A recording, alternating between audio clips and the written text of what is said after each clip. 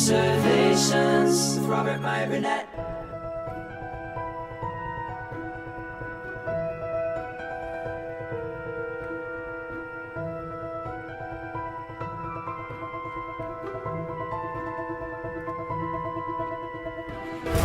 Well, greetings, imagination connoisseurs. Once again, it is I, your Duke of Dope Discourse, your master of fun and wonder, your viceroy of verisimilitude, your sommelier of sci-fi and cinema, your evangelist of the imagination, and, of course, your existential Mr. Rogers. That's right, me, Robert Meyer Burnett. And I am Rob casting at you, imagination connoisseurs, you members of this, the Post-Geek Singularity community. This is Robservations, episode number 732, and I be tripping with Dr. Crippen. Yo! I bet you're wondering who Dr. Crippen is. Dr. Alice Crippen. Now, for those of you who might not remember her, there's a reason for that, but there are some people that seem to think that Dr. Alice Crippen was actually real and not a character from a fictional movie. Anyway, I had to just bring this up. So on Deadline today, Akiva Goldsman, who, you know, you got to have a love-hate relationship with Akiva Goldsman. You watch things that he's directed, like maybe the upcoming Strange New Worlds. It's going to tilt one way or another. Writing and directing, Mr. Goldsman. We'll see. But anyway, Akiva Goldsman came out on Deadline at 2:26 p.m. This story broke just about 4 or 5 minutes ago. I Am Legend scribe Akiva Goldsman slams COVID vaccine conspiracy theory centered on post-apocalyptic picture. Now, for those of you who might not have heard this, there was a book written by the great Richard Matheson. Richard Matheson wrote for the original Star Trek, wrote for the original Twilight Zone, wrote Steven Spielberg's great made-for-TV movie Duel. Richard Matheson is one of the great fantasists of the 20th century. He also wrote one of the first horror novels I ever read, I Am Legend, which so far has been remade into movies. Well, not remade, made into movies a couple of times. No, more than that. Last Man on Earth, Charlton Heston in The Omega Man, and you might remember Will Smith in I Am Legend.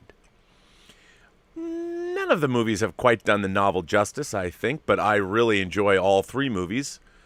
But in Akiva Goldsman's adaptation of I Am Legend, his novel, Alice Crippen is a doctor who remapped or reprogrammed the measles virus to cure cancer. This was made up for the film. I don't know if it actually could be done. I would assume no. Maybe Willow Yang can weigh in on that. But, that led to the outbreak of vampirism that decimated the human population. But there are people that are pointing to this movie talking about why they won't get the COVID vaccination, the mRNA virus vaccine. First of all, people should know that this vaccine wasn't just fast-tracked during the COVID-19 outbreak. This is something they've been looking into for a while because of SARS-CoV viruses in the past. But okay, apparently people are all pointing to I Am Legend. I don't quite get it. I'm like, where are we, you flat earthers? Come on now. Screenwriter Akiva Goldsman took to Twitter on Monday to quash a conspiracy theory centered on his 2007 Will Smith star I Am Legend. The theory, which has circulated at least since the beginning of this year, says that the fictional thriller set in 2021 and that COVID-19 vaccines created its mutant epidemic. Oh my God, it's a movie, Goldsman tweeted on Monday. I made it up. It's not real. The Oscar winner was specifically responding to Mark Bernardin, who earlier tweeted that we are all going to die sooner than we should.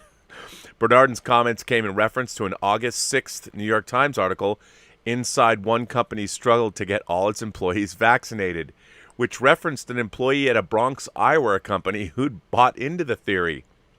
Fact-checking the Snopes website, on the I Am Legend COVID vaccine conspiracy theory back in January, noting that it is false in every respect. First of all, can I just say that if you actually watch the movie, Emma Thompson, who played Dr. Crippen, it's a re-engineered, it's the measles virus, or it's measles that was re-engineered to be beneficial. As she says in the movie, imagine somebody, a bad man, a bad actor behind the wheel of a car, driving through the human body, smashing everything in sight. Imagine if that driver was replaced by a cop who only wanted to do good things with that car. That's how she equates it. And they were able to cure cancer in 10,000 people during human trials, and, well, then it all went awry. This is a science fiction movie based on a Richard Matheson novel, which, by the way, if you all want to read a really good horror novel with it's a quick read and has a great ending, and you'll finally realize why is the book called I Am Legend, because the 3 movies that have been made really haven't. Let's just say you should read the book. It's really good. It's difficult to find a claim with as many factual errors as this one, Dan Evan wrote in the Post. As he and the New York Times article referenced by Bernard and both noted, the plague in the film was brought on by a genetically reprogrammed virus rather than any vaccine. Yes, that would be measles. It was measles, people. Measles. I Am Legend centered on Robert Neville, a U.S. Army virologist. By the way, you had Vincent Price, Charlton Heston, and Will Smith play him. But apparently these conspiracy theorists only saw the first movie. Come on, you haven't lived until you've seen Anthony Zerbe leading the vampire tribe in I Am Legend, or the Omega Man. How come you can't watch the Omega Man? Come on, man. Last Man on Earth, Vincent Price, Omega Man, and I Am Legend. It's a great triple bill. Check it out. But they don't even know that this conspiracy theory is based on a book. But by the way, Alice Crippen, Dr. Crippen was not, although maybe she was. Maybe she was in the novel. I don't remember. Could be. I Am Legend centered on Robert Neville, a U.S. Army virologist who believes himself to be the sole survivor in New York City years after a plague kills most of humanity and transforms the rest into mutants, struggling valiantly to find a cure. Francis Lawrence directed the film based on Richard Matheson's 1954 novel of the same name. Goldsman wrote the script with Mark Protosevich. Bernard's post and Goldman's response can be found by clicking below. Mark's right. We're all going to die soon. We're not going to. Anyway, but we're not going to die sooner than the James Bond movie No Time to Die is coming out. And of all of the movies, all of these big budget films that have been delayed a year, the one I worry about the most is No Time to Die. Why? Because it's the most expensive of these movies. We are mere, I believe it actually even opens at the end of September in the UK. We're not very far away. Both Dune and No Time to Die will be upon us in no time. The 2 movies I'm most eagerly awaiting to see this year, and I'm worried about both of them. But No Time to Die specifically. And MI6 HQ, MI6-8HQ.com, where you can get all the best James Bond news, published an article written by the MI6 staff and did a great sort of deep dive analysis into where we are as far as No Time to Die costs and what are its box office. What does it look like? How does it look for this movie? And I'll tell you, in a nutshell, it doesn't look good. Doesn't look good. But I wanted to delve into this article, and let's read it together, shall we? No Time to Die stands to be the most expensive James Bond film ever made. It doesn't stand to, it is. And its cost has been inflated by a couple of circumstances unique to the film. First, there is the £17.44 million expenditure in 2018 for the aborted Danny Boyle production. Remember, Danny Boyle was the first director on this project, and he left over creative differences. Second, there are the $1 million-a-month interest charges that the production is enduring for every month the film is not released. Now, I'd heard the Broccoli, or is it Dan Jank? I'd heard that they had paid for all the costs on the film and they were not incurring interest payments. I apparently was mistaken about this. I don't know where I read this. Second, there are the million-a-month interest charges that the production is enduring for every month the film is not released. Between the last two accounting periods that have been publicly filed with the Companies House in the UK, the cost of No Time to Die grew from £199.5 million to £214 million. Given a year has passed since the last filing, the film's negative cost is around £226 million. At today's exchange rate, that equates to 314 million American greenbacks. That is a lot of money. 314 million has to put that into the upper echelons of films ever made. Prints and advertising, P&A, is the cost to release and promote a film around the world. These costs will be shared by MGM North America and Universal, the rest of the world, and are rarely disclosed publicly, but industry estimates peg the P&A cost for No Time to Die to be around $150 million. Some say as much as $200 million, which is what Spectre cost. MGM had already spent around $30 million before the first pandemic delay. The lower end of these two figures combine to $464 million. That's how much the movie costs to make and release before $1 is made.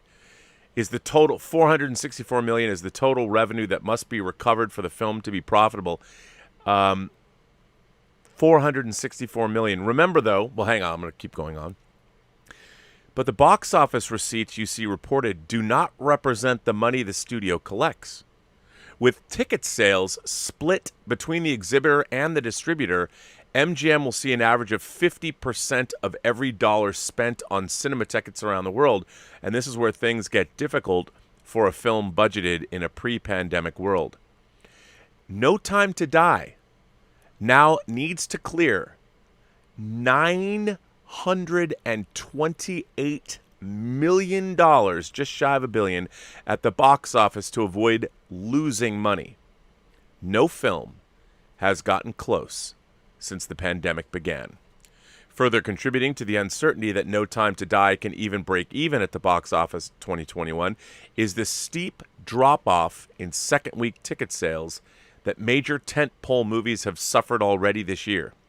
We saw it the last 2 weeks with Jungle Cruise and, well, actually with Black Widow, Jungle Cruise, and now The Suicide Squad. Trade outlets speculate that this is due to the reluctance in older demographics to return to the cinema, whereas younger cohorts will tend to see a film on opening week. The three biggest releases in the U.S. so far all had large drops after their opening weekends. Fast 9, The Fast Saga, 67%, Black Widow, 67%, and A Quiet Place Part 2, 60%, combined with a significantly lower opening weekend that would have been expected pre-pandemic. The big films are underperforming even though there's not much competition. Based on the performance of those films, below is a table of domestic U.S. box office performance a major blockbuster can expect in the current climate based on its opening weekend and opening week takings. All numbers are in millions. So here is that. So this is a chart of where we are looking. If a movie opens at $50 million, we're looking at what it could earn for the week. $70 million, $42 million, $23 million, $6.93 million in week 4, $1.73 in week 5, and maybe the total earned will be $144 million domestically. That is if it earns $50 million opening weekend. Now, if it were to earn, say, $100 million opening weekend, the first week, $130 million, week 2, $78 million, week 3, $42.90 million, week 4, $12.87 million, and week 5, $3.22 million, for a total. Now, this is if it opens to $100 million, a total domestic gross after 5 weeks of $267 million. Now look at these numbers based on 50, 70, 80, 90, or $100 million openings. We haven't had $100 million opening weekend yet during the pandemic. And if the best we can hope for based on these numbers, even if it did open to $100 million, its domestic take $267 million. Now, Bond films have traditionally made more recently foreign than they have domestically.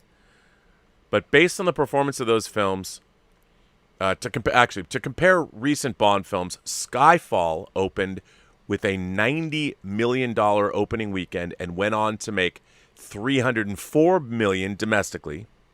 But the current market performance would only see it make $240 million in a pandemic 2021 due to sharper drop-offs in audience numbers, a difference of $64 million. So Skyfall, the highest grossing Bond film in this day and age, even if it opened with its $90 million, it would only make $240 million domestically now during COVID.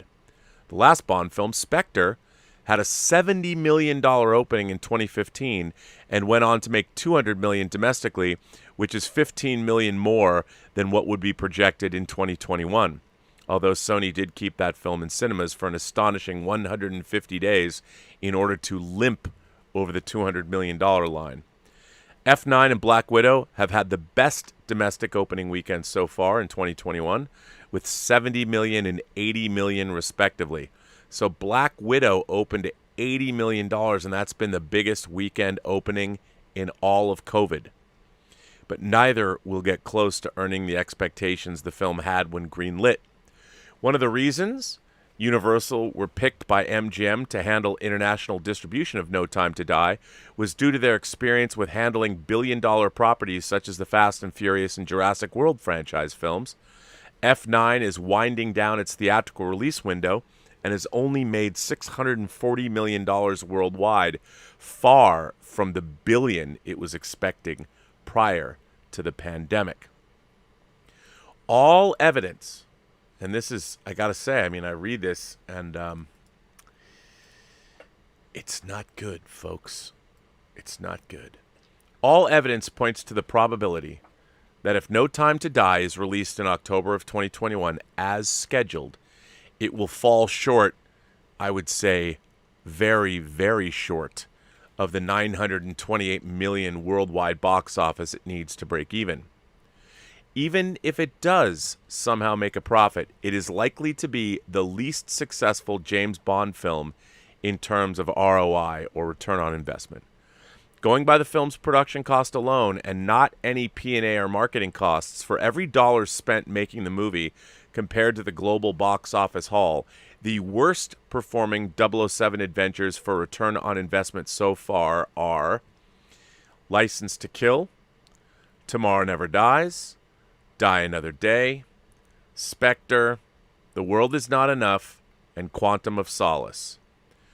No Time to Die will have to earn over $840 million worldwide to not land at the bottom of that list. Here are some good questions they ask. But with Amazon buying MGM, who cares if it makes a profit? Amazon's takeover is not complete and may not be for several months as the Federal Trade Commission looks to scrutinize the deal before approving it, which is by no means a given. That leaves the board of MGM needing to keep things in the black, and there may be hesitation in releasing No Time to Die in a market where it is likely to make a loss. Wouldn't another delay further damage the box office? Nobody knows what impact another delay would have on the eventual box office, but if MGM tabulates the projected takings under the current conditions, we'll see it taking a loss, and it'll be a cold, hard economic decision to push into 2022 with potential for a profit.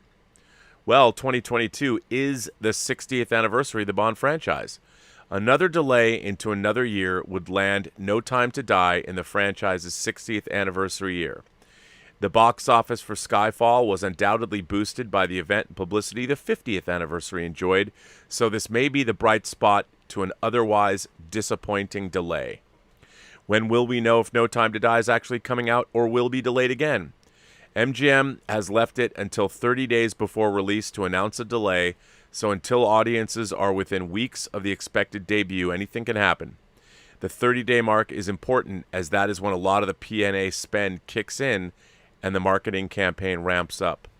If a delay is to be announced at the end of August or the first week of September, would be the most likely window. Here are the finer details. Movie economics are tough to nail down at the best of times, especially as studios and distributors keep the numbers deliberately vague. The following factors will have an effect on the actual profit and loss of any film, but as they differ from studio to studio and film to film, it is not possible to include them here. Tax breaks from production deals in certain countries can lower the true negative cost of the film. International territories have different revenue splits, but average out to be around 50%. The one exception is China, where a studio only takes 25% unless it was a Chinese co-production, greatly lessening the value of the China market. Promotional partners for the Bond films trade product placement for guaranteed minimums on co-advertising spends. This helps boost awareness of the film without the studio and distributor having to spend as much on P&A. In the case of No Time to Die, a lot of the partners have already spent some of this back in early 2020. I'm going to make a bold prediction. I think the right move is to delay No Time to Die in 2021 to 2022. You know why? Because COVID 2021 is no time to die for the James Bond franchise. We all can wait. We've waited this long. I mean, I have to tell you, I've loved the James Bond franchise my whole life. I did not like Spectre and Skyfall. I've had conversations on this channel about Skyfall, especially with Claude. The first couple, Claude and Candida, obviously. Claude and I, we differ, although he's got good points to make. I think in this day and age, the movie they should not release, absolutely should not release right now, is No Time to Die. It makes sense. Push it. Make it I know there's a lot of other movies coming out, but I would push it to April or May of next year. I mean, give us time to get over this. Give us time to get people going back to the cinemas, because this movie is not able to make money. I mean, I don't know, unless audiences flock back to the cinema in the next month and a half, maybe. But I wouldn't do it. I wouldn't do it. It's not going to work out. There's no way the film can make its money back. No way.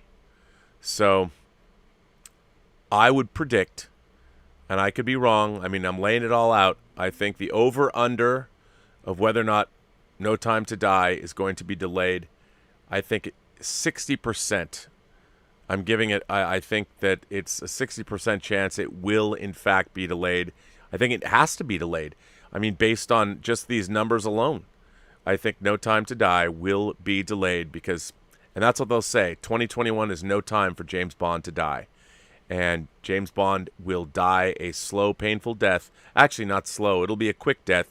It'll be like Auric Goldfinger's laser just was never turned off, and Bond gets skewered right in half. And there's no reason why this film, which looks to be one of the most handsomely mounted Bond films, and look, I'm desperate to see this movie, as I'm desperate to see Dune.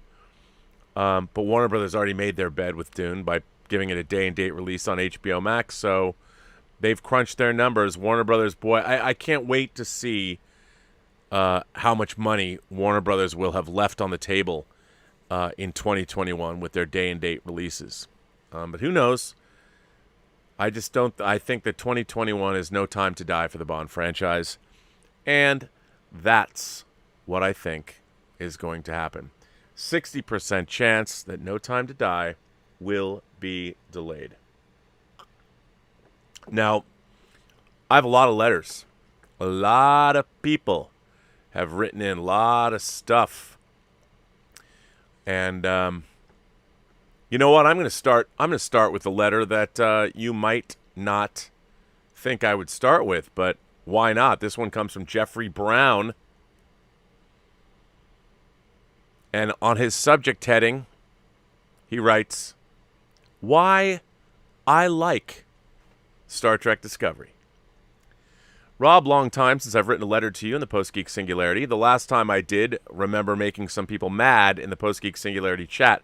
about why I'm not into Star Wars. So after that, I stopped writing letters because I spoke from the heart, and nobody here really wanted to hear that. Well, you got to know your audience. So anyways, I've recently joined your Facebook group, and I've been posting about stuff I like. Fan art I've made, YouTube videos, the type of music I like to listen to. I don't like heavy metal. I listen to a lot of rap, old school R&B, and chiptune music. And I can see that once again, I've made people in your Post-Geek Singularity mad that I watch and like Star Trek Discovery. Now, the lovely Emma Bannon suggested that I should write you a letter explaining to you why I like the show, because every time I tune into one of your live streams and you are mad at the show, Rob, it's because it's like the Star Trek you and others and the PGS grew up with. Or it's I think you mean to say it's not like. I wonder, are you hating on Michael Burnham because she's a black woman who's the lead of a Star Trek show? No, I'm not at all. I mean, I love Deep Space Nine, and a black man was the lead of that show. Is it because she as a character doesn't meet your high standards of what a Starfleet captain should be, because Kirk is the gold standard for what every character after him should be like? This is what I'm asking from you, Rob, and the Post-Geek Singularity. Why do you hold a black woman to impossible standards on a show you know you don't like, Rob? Let me stop you right there. I don't hold a black woman to any standards when it comes to Star Trek Discovery. I hold the writers and producers of the show to standards. I love Sonequa Martin Green. She's a beautiful woman, and she's actually a very capable actress. But remember, she's not really Michael Burnham. She's an actress playing a part. I do not fault her. She's only saying the lines she's been given. I think Star Trek Discovery is a horribly written and horribly produced television show. And I can't stand the writing. And I feel that the writers are letting their actors down. All of the actors, even the nameless, faceless bridge crew that we still don't know who they are. It has absolutely nothing to do with the gender or color of people that are in the show. Although I will say that, again, the writers and the producers of the show segregate their characters. I think it's also incredibly racist. It's an incredibly racist, segregationist show, which I don't understand at all. And for people that have jumped 1,000 years into the future, I think they do a real piss poor way or a piss poor job of imagining where humanity would be 1,000 years from now. Just saying. So I cannot stand it when people say, why do you hold a black woman to impossible standards? I don't hold a black woman to any standards. Just the fact that the character is black and female has nothing to do with why I don't like her. I don't like her as a character because she's horribly written, not because she's a black woman. The fact that they cast a certain actress to play this part, I could care less. What I want is that actress to have lines that are well written, and she gets to exist in storylines that make sense and aren't nonsensical. So this idea, I find it odd. I don't blame the actor or the character in the show for anything. I blame the writers and producers of the program. Let's be very crystal clear about that. Here's my impression of Discovery and the various characters on the show. This is a person who is not a Star Trek fan. I found the show interesting because I like how Burnham makes mistakes, and she isn't perfect like Kirk or Picard. Kirk and Picard are also not perfect, and they make mistakes. I like how in the first season, I like that right from the first episode, this was going to be something different. For example, I was happy to see a black woman as the lead for the show, and that Burnham was adopted by Sarek and raised in Vulcan culture, coming to grips with that throughout the first season. I found that interesting, and also that she's a science officer, so that to me brought a different perspective to this concept. I like that she does take risks and isn't always successful, but she does the right thing. I like the layers to these characters that got built up by the time seasons 2 and 3, which I've watched on DVD. I like the various crew members of Discovery and their character quirks and the various arcs they go through throughout the show. For example, I like how Saru, played by Doug Jones, reminded me of Spock, but coming from an alien race that was hunted as prey on his homeworld, and they developed the ability to sense danger. I find that that's interesting and something I can relate to from the current affairs in the world as they are right now. I like the romance between Chief Engineer Paul Stamets, played by Anthony Rapp, and Hugh Culber. That really touched me in the first season when his partner was tragically killed in the first season, and it was hard for Paul to let go of his significant other. And I got happy how they brought back Hugh by way of the Mycelium Network. Okay, let me offer an alternative point of view. The way they brought Dr. Culber back, to me, was absolutely nonsensical and had no basis in science of any kind, and it was bad science fiction. It was fantasy. It was the exact opposite of what Star Trek as a show is supposed to stand for. Now, that's for me personally. That it worked for you is fine. And I think that shows a demarcation point between certain fans of Star Trek, and I would say this is not a criticism of you, but I would say that to me, Star Trek has always represented semi-plausible science. But when you're bringing back characters from the dead through a mycelium network, you're no longer working in science fiction. You're working in fantasy. And to me, that is a betrayal of what Star Trek is. So that's why that kind of thing doesn't work for me. I like that the ship in Discovery is powered by an organic power source and how complicated that can be for the crew, especially in the first season where it sent them to an alternate timeline or universe. I would say that also dilithium crystals are organic.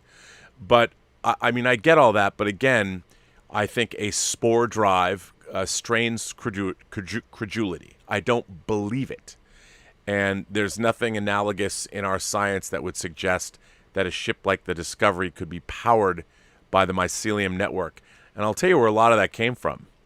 It came from the original, they were using spores and fungus to terraform planets rapidly.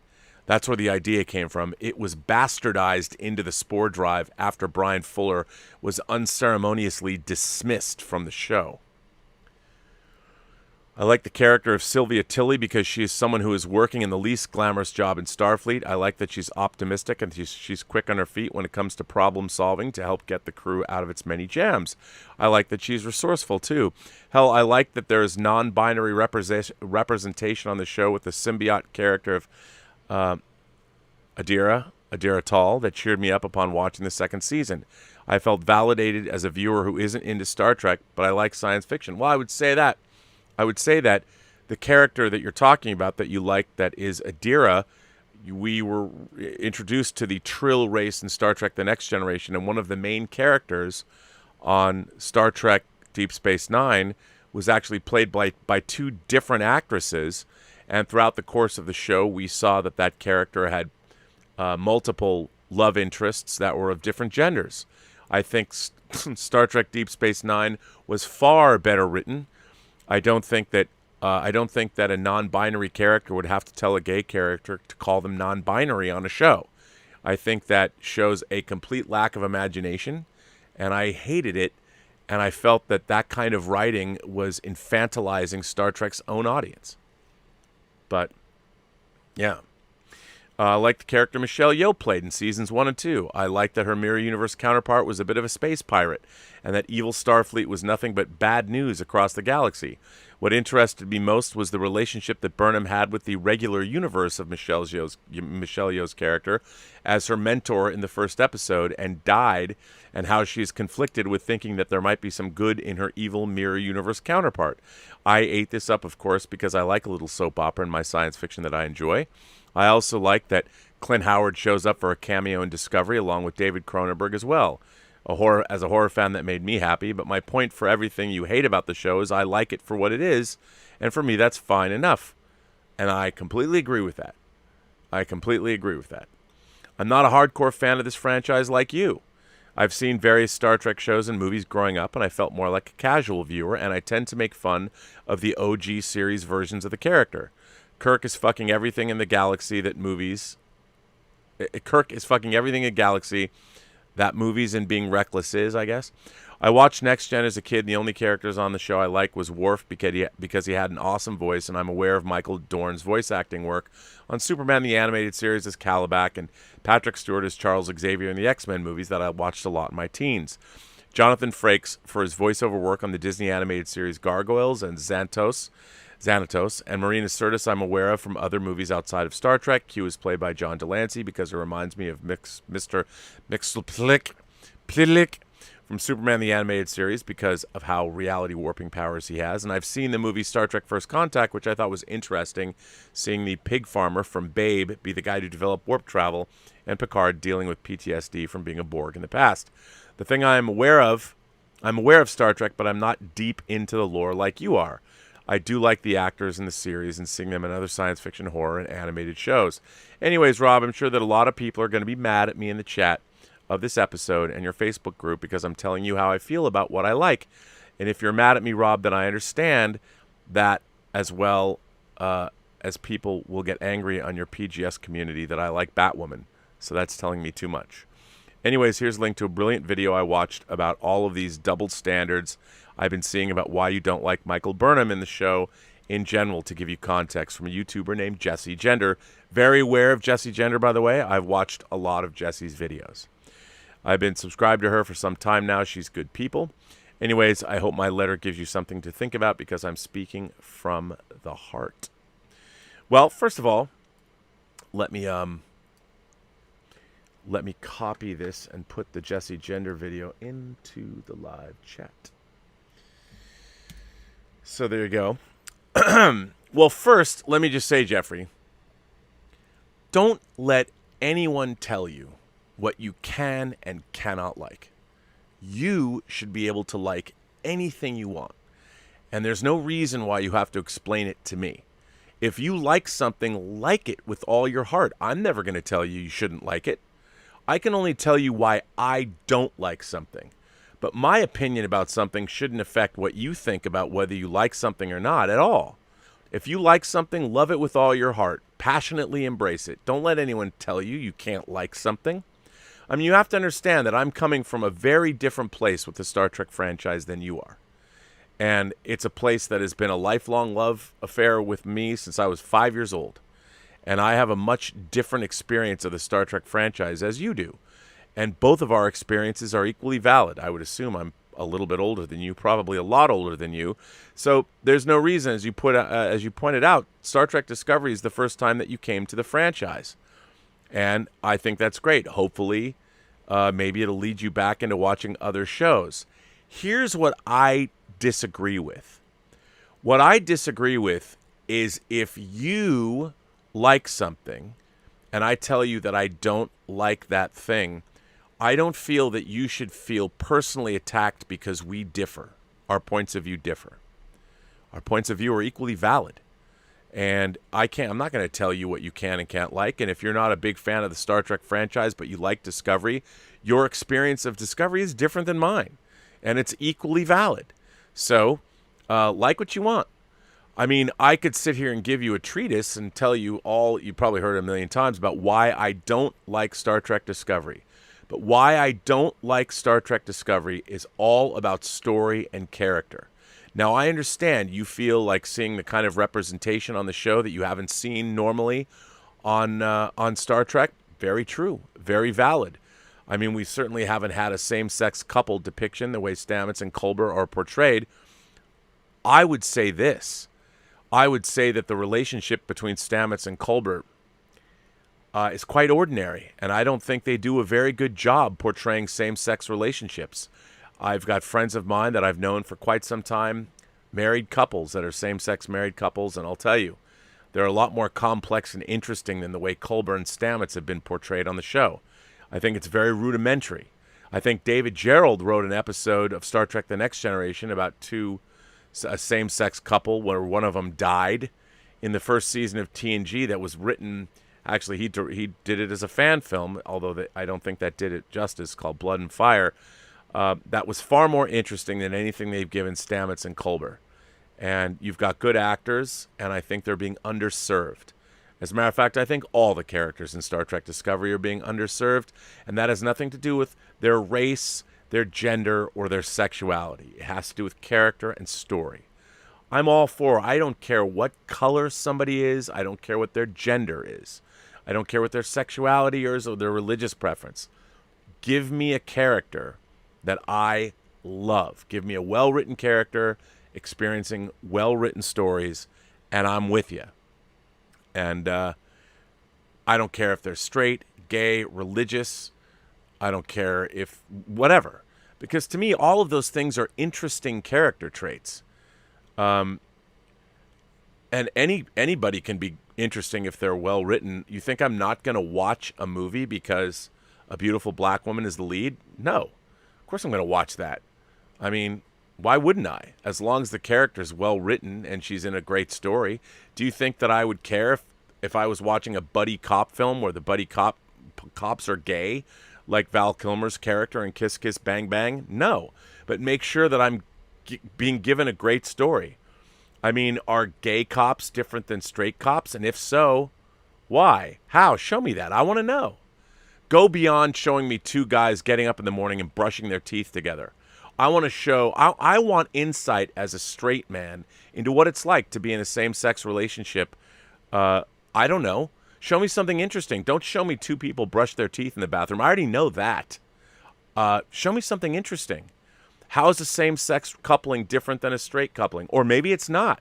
Maybe I guess watching two guys brush their teeth in the morning is the same thing as watching a guy and a girl brush their teeth in the morning, or an alien and an alien brush their teeth in the morning. What I would say is watching anyone on a science fiction show brush their teeth in the morning is a waste of screenplay pages. That's what I object to. I don't want to see anyone brushing their teeth on a starship. Who gives a fuck? What I want to see is great stories well told. But I want to thank you for writing in. Took courage to write a letter loving Discovery, but this just goes to show you, if you love Discovery, that's just as valid as my hatred of it. So don't think that I won't address you respectfully, because I will. Speaking of that, well, let's counterpoint that letter with Willow Yang. That's right, ladies and gentlemen, boys and girls, gentle beings, kind souls from across these 28 known galaxies. However you want to be addressed, however you identify, it's time for another Willow Yang letter. Greetings, Rob. A number of years ago, when I was still in high school, I turned on the television one afternoon and I watched part of an episode of a science fiction show. There was one scene that I vividly remembered in which an alien woman reveals to a man that she had seduced him in order to implant something in his mind. There's a flashback to the incident that she's describing, during which she had her hands on the man's head and utters the line, "My mind to your mind, my thoughts to your thoughts."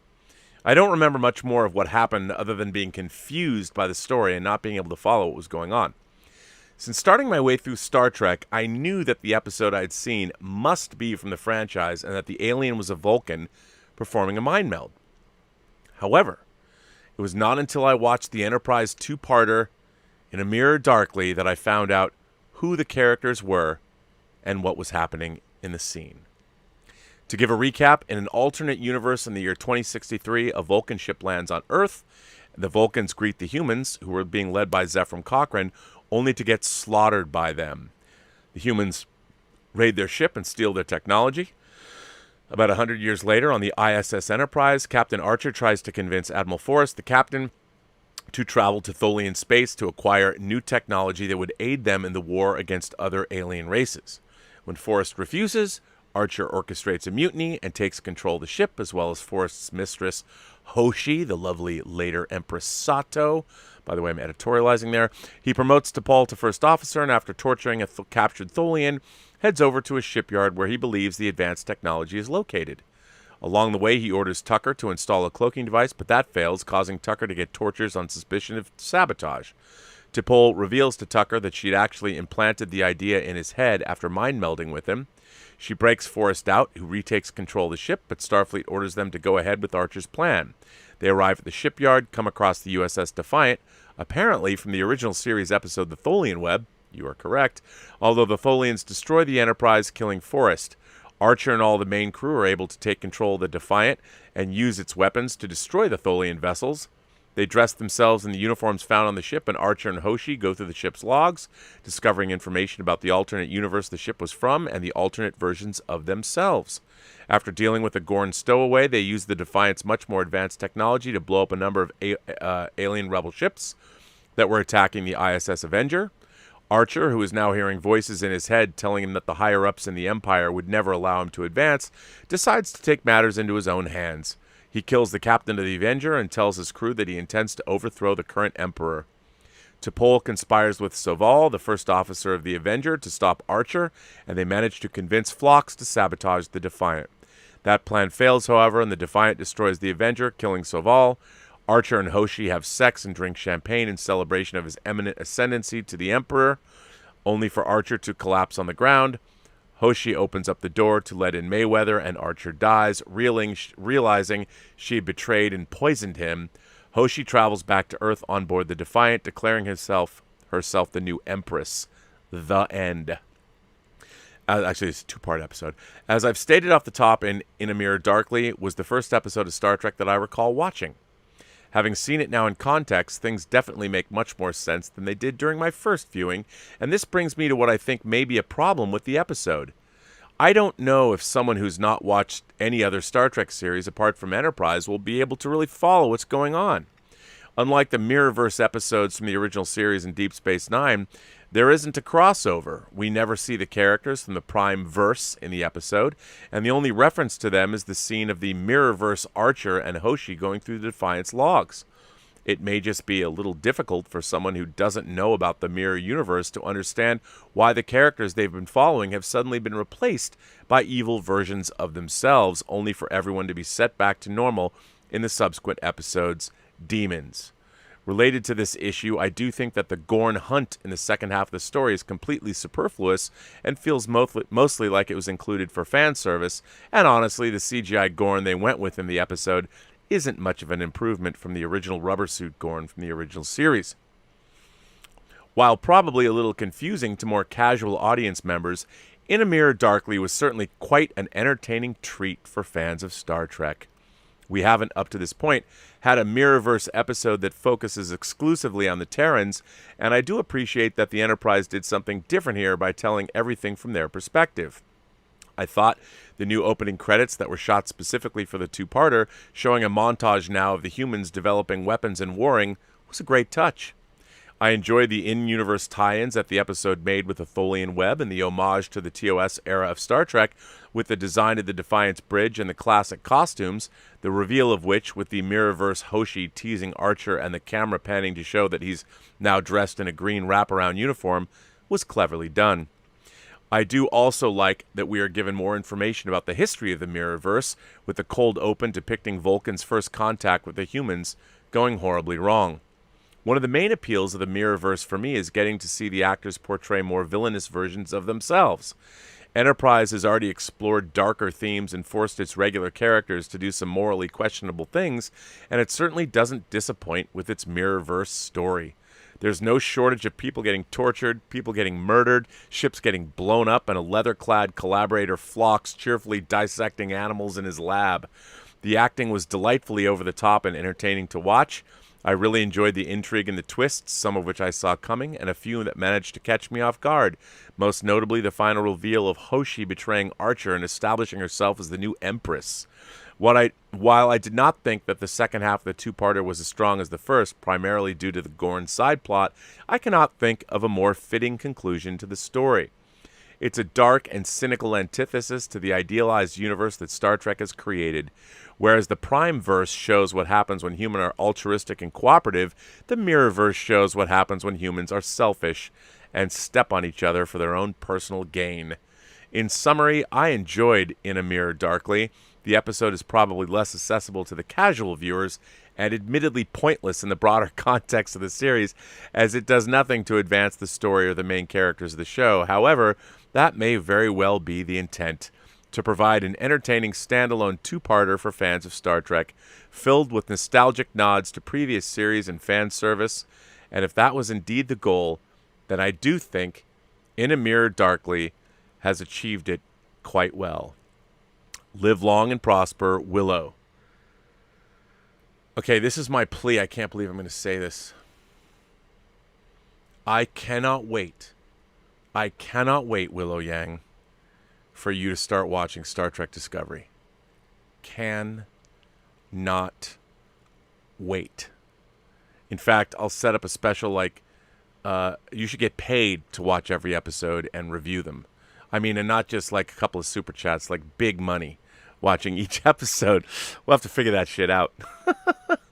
But your reviews are too good, man, and I cannot wait. Perhaps you'll have something interesting to offer me that I haven't considered yet, because you're quite an astute viewer of Star Trek. And yes, I cannot wait. Cannot wait. We shall see. There's as I'm schwitzing in here, Yeah. Let's see. Eric Gant. My man Eric writes in. What's up, Rob?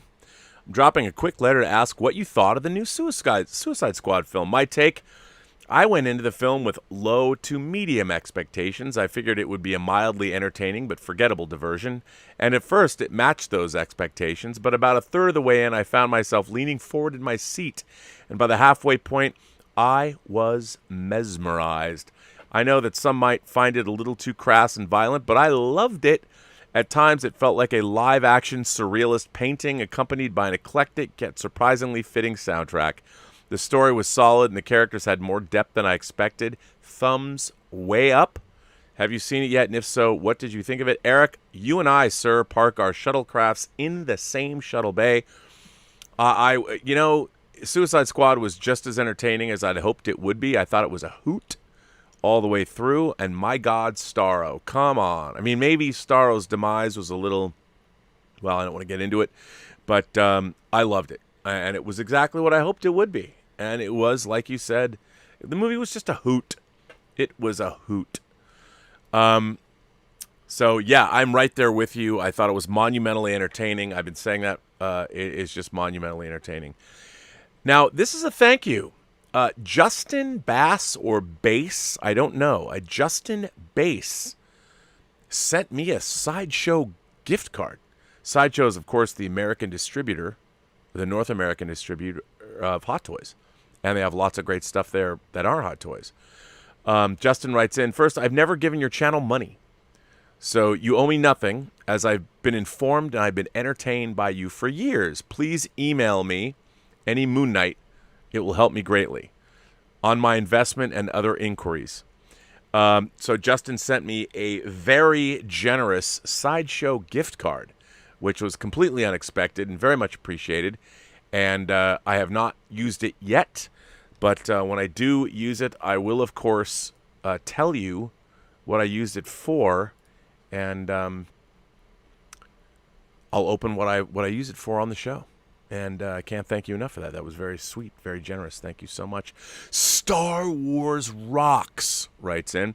Hi, Rob. I'm watching today's episode of the John Campea Show, and I'm writing this letter. And the reason why I'm even sending you this letter in the first place is because one of the topics you discussed was if the comic book writers and artists should be benefiting from characters that they created when they're in billion-dollar movies. I guess what I'm trying to say is that while I like comic book movies, I've never actually read any of the comic books that the movies are based off of. I also watch anime, although for the most part I guess that I can't get either of the main two anime streaming services because they're not actually available in my province, as I'm actually from Gibraltar, so I have to pirate anime most of the time. Thanks, and keep up the great work. Well, Star Wars Rocks. Yeah, today on the John Campea Show, we had a very long conversation. I would direct all of you to that. I'm sure he made it as a standalone feature. Take a look at that and see what you think. I mean, my feeling is ultimately twofold, and I used the experience, or used Ed Brubaker to. So Ed Brubaker created the Winter Soldier, the idea of the Winter Soldier, but the Winter Soldier is, of course, Bucky Barnes. It's been around for decades. So Ed Brubaker did not create Bucky Barnes or Steve Rogers or Sharon Carter or any of that stuff, but he did create the new scenario that Bucky Barnes found himself in, which was, of course, the Winter Soldier persona. So the question is, when they decide to make a movie that grossed over $700 million called Captain America: The Winter Soldier, should Ed Brubaker get a taste of that? And my feeling about that is, look, when you work on a Marvel Comics movie, or pardon me, you work on a Marvel comic, it is work for hire. You don't know what's gonna come of it. And for the majority, I mean, I would say 99% of the creators that work on comics, their storyline, their very specific storyline, like the Winter Soldier, is not usually adapted. It's an amalgamation of things. The Infinity Gauntlet, the Infinity War, Thanos had been around for a long time. All of the Avengers, all of those characters was a hodgepodge of previously existing stories. And unfortunately, when you work for Marvel or DC, you are work for hire. You have not put into your contract that you're going to get a piece of that. I do think, though, when something like Captain America the Winter Soldier is adapted, it's very specific. And while it's not exactly like Ed Brubaker's storyline, it uses a lot of what specifically came from Ed Brubaker. And I think in that case, the right thing to do, and by the way, when I say the right thing to do, it goes against everything I believe in show business. Say it with me now. It ain't show friends, it's show business. That's what Bob Sugar said in Jerry Maguire, written by Cameron Crowe. But when it comes to something like that, they're utilizing a lot of the intellectual property. On paper, yes, Ed Brubaker doesn't deserve anything. I mean, I'm sorry to say, but he doesn't. And there's nothing wrong with that. It's just he didn't negotiate that deal, and who knew? Who knew that they were going to do that? But I do think that when they go back to that, it's just like you would treat any other author. There should be consideration, I think. I mean, Marvel is good. In the end credits, they always mention, and I don't know if every one of those people gets a check. Sometimes they've mentioned 20 creators that worked on a project. And, they're sending everyone $5,000. But when you make $700 million, $5,000 seems like a pittance. And I do think that with those movies now all averaging a gross of $1 billion, there's something to be said for maybe paying your creators a little bit more, considering you are mining their work. But legally, they're under no obligation to do so. I just think that if Zephyr Chan is in this chat, the Funkalicious Zephyr Chan, she would tell you that karma's a real thing. She's Zephyr Chan's also getting a PhD, and she's studying Buddhism. And karma's the thing, man. And I think that there's something to be said for creating good karma. But again, I'm no entertainment lawyer, so perhaps that's what can I say? Anyway, Lubna Khan. Ooh, we haven't heard from Lubna Khan. Lubna Khan in a while. Hello. Today I'm writing in about a series we've watched, The Rivals of Sherlock Holmes. I do not know this series. I'm going to put this IMDb link in the live chat so you can all find out about it as well. So again, The Rivals of Sherlock Holmes. So there you go. I'm putting it into the live chat. I hope that there we go. It's in there. This is an early 70s British anthology series which dramatizes mystery stories from the late Victorian and Edwardian eras, contemporary with the Sherlock Holmes stories, hence the name. It has an interesting mix of stories, not only the sort where a murder occurs and the detective arrives to solve it. In fact, not all stories involve murder at all. Neither did all the Sherlock Holmes stories, actually, and not all of the detectives are as morally sound or admirable and righteous as one could wish. The detective, played by Peter Vaughan, for instance, in 2 episodes and stories, can be best described as, well, let's just say that the expression bent as a corkscrew come to mind. Nor is he alone. One detective specializes in telling rich people how their stuff got stolen. How, mind you, he doesn't retrieve the stolen goods for them. But then why should he, seeing as he went to all the trouble of stealing it in the first place? And no, this is not a spoiler, as this is revealed very early on. The story revolves around his attempt to steal a piece of jewelry whilst being hired to prevent it from being stolen, and also avoiding the suspicions of the police. Note, when he previously fell on hard times, no one helped him, so he therefore now feels no compunction in helping himself to their valuables, essentially. For speculative fiction fans, one episode or story feels the occult detective Carnacki, portrayed by Donald Pleasance. I need scarcely tell you that a British series from the early 70s has early 70s production values. For those who do not know what this entails, however, it means that the style is rather theatrical. There are a few outdoor scenes, but the majority take place indoors. Indeed, the best thing is to go in with the mindset of watching a play, and all should be well, especially since the emphasis here is not on rousing action, but rather on the solving of clever conundrums. Highly recommended for fans of vintage mysteries and or classic costume dramas.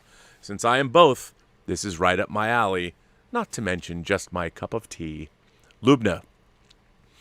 This sounds great. I've never heard of this show. P.S. One thing that I really enjoy about reading anthologies, and since this is a literary-based anthology, it applies to this series also, is finding new, to me, authors. As I have a few hundred books of my own that I have yet to read, I exaggerate not, and that not counting library books and rereads, I'm sure you'll appreciate what I'm really in pressing, nay urgent need of, is even more books. Actually, I do desperately need a bookcase. Don't we all, Lubno? What a lovely letter. I will definitely check this out as I'm sweating this flies. It's killing me. Help me.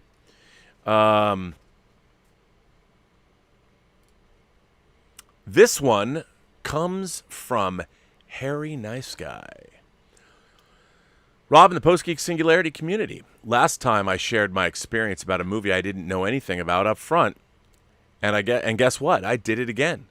I watched again a movie without knowing anything about it. Always the best way. If you don't know anything about a movie, why look it up? Why not just watch it now? Just go in cold, man. Going cold, hard, and fast. Don't read about it. Just watch it. I didn't know the story, nor had I watched any trailers or read any critics. What I'm talking about is No Country for Old Men. Spoiler alert. I watched the movie yesterday, and I still have to think about it because I don't know exactly what to think about it. The film starts somewhere and ends somewhere, but it gives me the impression that it is only a small part of a much bigger story.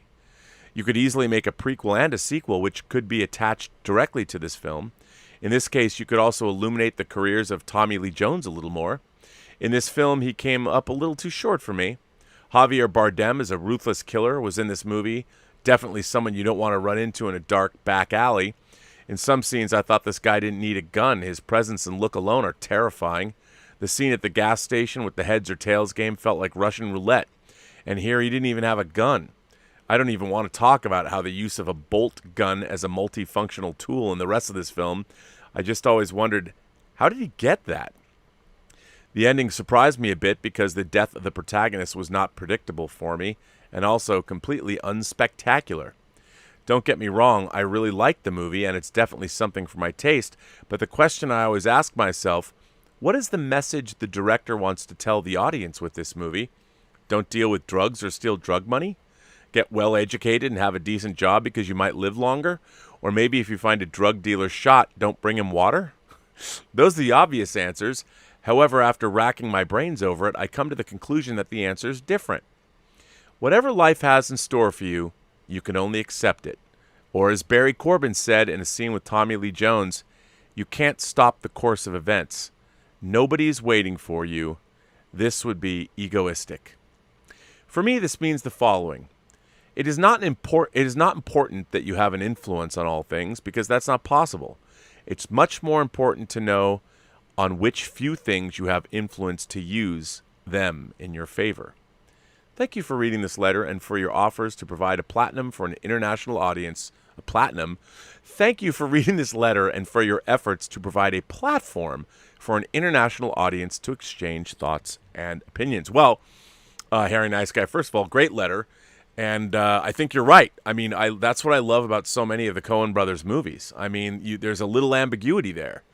And, like, they could tell you what they're thinking, but I think, you know, when they adapt other people's work or they write something original, I think that's kind of what life is. You know, the great stories in life are unexpected stories. You know, you never know what you're going to walk into or what you're going to walk out of. And I think these kinds of slice of life stories, you just never know when fate is going to encroach in your life and how it's going to affect you or where it's going to take you. And I like that. So, yeah, I'm glad you liked No Country for Old Men. I quite enjoyed it. As a matter of fact, I've shown this before, but I think I would be remiss because anytime I can bring this figure out. This is not a hot toy. This is a total bootleg figure. But, yep, that's right. There he is, Anton. I got to connect. I got to connect him back up to. I got to connect him back up to his the actual the air tank. But yeah, I want to thank you for writing in. I mean, And again, I think that's what the great movies do. They don't necessarily tell you exactly what to think, but they tell you what to think about. And I think certainly No Country for Old Men is one of those great movies. I mean, I love the film, and a lot of stuff happens in it that's unexpected. And what does it all mean in the end? Well, I think that's up to you to decide. So that's good. Omar94 writes in, "Hi, Rob, moderators, and Post-Geek Singularity. I just saw The Suicide Squad, and I wanted to give a non-spoiler review. Overall, I thought the film was not bad, but it definitely had problems. But overall, I'd give the film a positive review. The main problems I had came from the underuse of certain characters and the pacing. With the underuse of characters, a number of them didn't have a whole lot of screen time, like Javelin, Mongol, and Weasel. And I'm not sure why there was such hype for certain actors who were in the movie, since they were really not in it a huge amount, like Michael Rooker and Pete Davidson and Jai Courtney and Nathan Fillion. My issue with the pacing came from the fact that I found the first and second acts dragging, while the third act picked up the pace. The opening 15 minutes or so piqued my interest, but I remember losing interest as the movie kept going with the first two acts. But by the time the third act started with the big action, then I gained interest again. I felt that if the first two acts were tightened and faster paced, I would have enjoyed the movie more. One other thing, which bothered me about the movie, was the fact that none of the superheroes showed up, since I kept wondering how the superheroes would not be aware of what was happening in the third act. Well, superheroes don't know everything that's going on everywhere. On the bright side, I did like the acting performances from those that did have plenty of screen time, like Margot Robbie, Joel Kinnaman, Idris Elba, Daniela Melchior, Peter Capaldi, David Gismalchin, Viola Davis, John Cena, and even Sylvester Stallone, who only did minimal voice work. I liked some of the comedy, in particular the stuff involving Bloodsport's fear of rats or King Shark wanting to eat people. I thought the action was really good, especially in the third act. I liked the structure of the script, which you might dislike, Rob, since it was non-linear. No, I liked it. Like how something will happen and then we cut to it 8 minutes later. I also like the small cameo appearances at the beginning of the movie from comic book writer John Ostrander, whose run on Suicide Squad is considered the definitive version, and the comic run which James Gunn said he was a fan of growing up. On a side note, I'm not sure why Margot Robbie has top billing for this movie. While she's in it a lot, I wouldn't say she was the lead. Having seen the film, if anyone was the lead, I would go with Idris Elba. All in all, I found the Suicide Squad not bad. I think if it was faster paced and certain characters were used better, I would have liked it more. Thanks, and live long and prosper.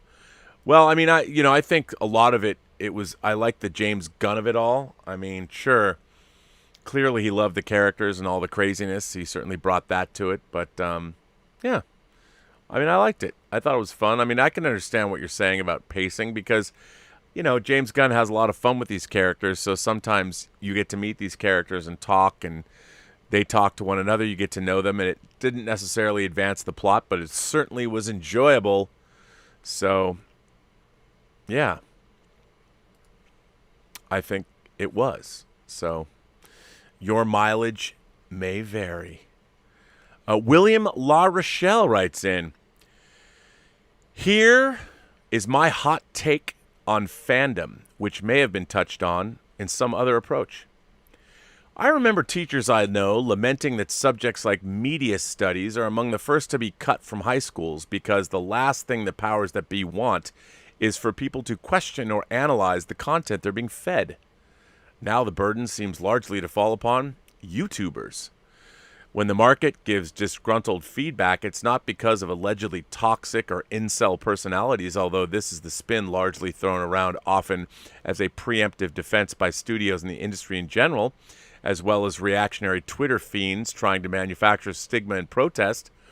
But it is interesting that two 2016 films, Suicide Squad and Paul Feig's attempted Ghostbusters reboot, have resulted in this year's alternate approaches to their source material, thanks largely to fan backlash. There is, once in a while, a practical value in speaking out against what seems to be ill-conceived or below par. We don't have to eat candy, but if we're willing to risk the poor nutrition, it had better be tempting, tasty candy. Some people crave lemon, others can take it or leave it. Fandoms, more of a cluster of niches than one community, can have as much pull as formal religions. When we hear separation of church and state, we forget that the icons we still feel passion for get bought and sold and end up in the wrong hands. We are often told that fans or the audience in general do not own what they love and creators don't owe them anything. Well, the audience really doesn't owe creators or studios anything either. They don't owe them $1 at the box office, a second of free hype, or a purchase of physical media, or fees to stream the material that becomes a black hole where something might have been. As you mentioned, a lot of good can be done in the world with the money lavished on modern Star Trek. I recently stumbled across DVDs of Discovery Season 2 while returning something to a Toronto public library. I generally let any content wash over me, even if none of it holds up to question. Pike is good, and it seems like a throwback to proper Star Trek, so naturally his jetpack is compromised and Mikey has to save him. I typically assume that maybe I just missed how his helmet got secured, or whether it was still open, or when he was remotely ejected. I see little bits of comic relief, and there seems to be a confidence to the show, but I have so much to catch up on I may not continue. I don't feel a rage about it. I realize I'm not even caught up on Voyager or Enterprise, but I get the sense of something being off with Star Trek Discovery. Social media helps people vent the steam pressure of rage or sarcasm that would only cause harm if pent up. The entertainment media did not have much to say about the award-winning billion-dollar Joker movie failing to cause outbursts of violence, or the more liberal-intended cuck attracting less business. One person's food is another person's poison. While we might all agree with that, some will push the idea of making sure the proverbial poison of a small group is unavailable for those who consider it healthy fuel. Just as the art in question is more important than providing an answer, some rules about fandom communities can be so conservative that the end result is a whack of squeaky wheels and fragile flowers who can't bear someone else not liking the thing that they like. I might have mentioned the formative experience of watching The Verdict on Beta, one of my favorite movies, with my cousins while staying up with them one summer, and an interloper friend of my uncle's just showing up to say he saw the film and Jack Warden curses in every scene of the David Mamet script. When the solution to this non-problem was to mute the movie whenever Warden showed up, I chose to peace out and go to bed early. Everyone in the room could claim to like movies or to be Paul Newman fans, but because one random visitor's prudishness was accommodated, it sucked all the air out of the room.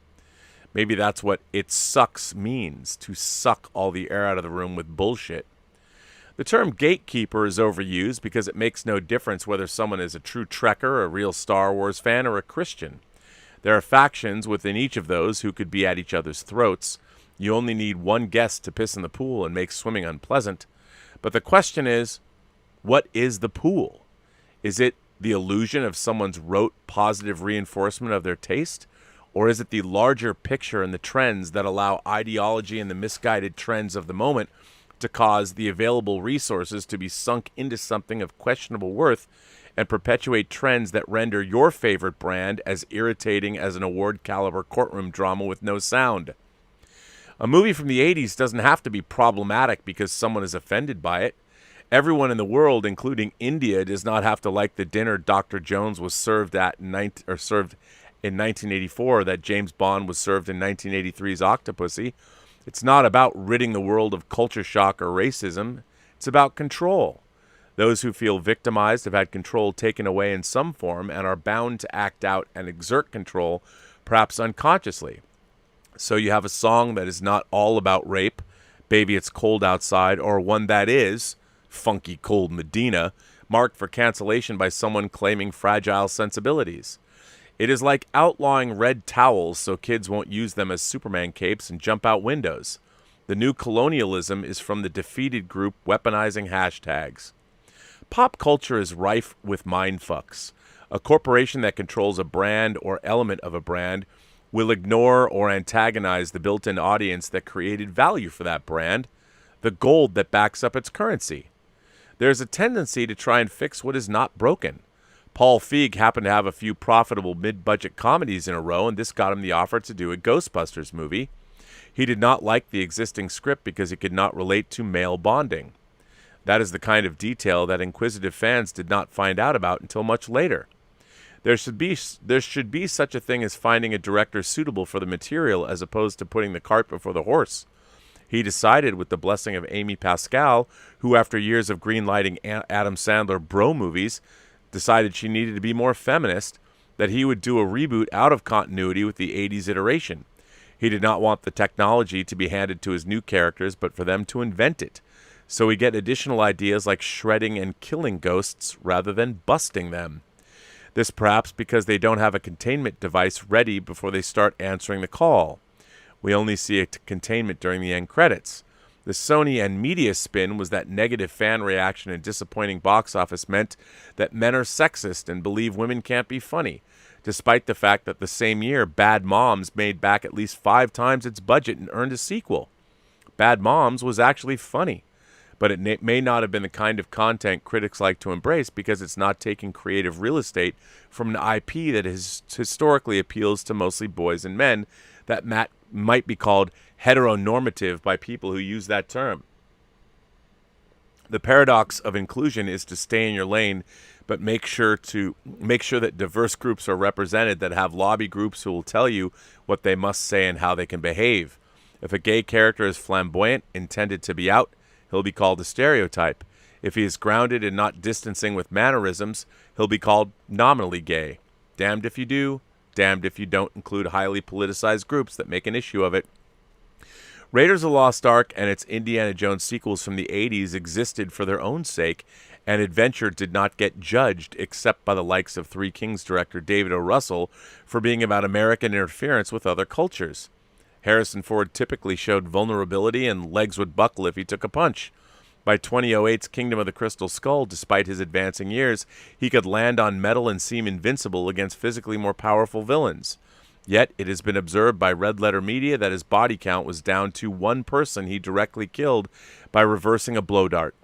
In the 80s, violence could be funny, and Lucas, Spielberg, and Kasdan and their collaborators could choose who the bad guys were without geopolitical complication.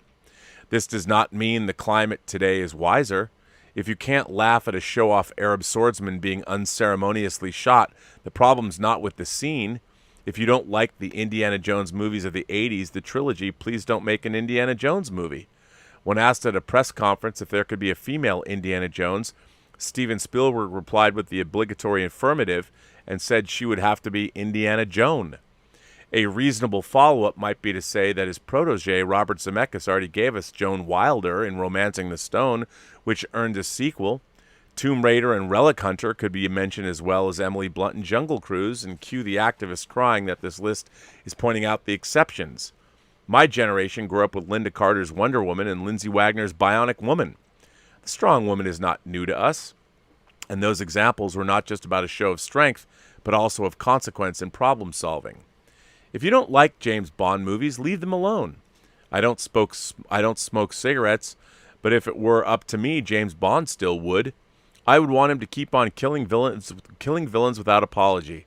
Depending on where he has to go and how he can blend in, Bond could be played by a black actor without changing the script.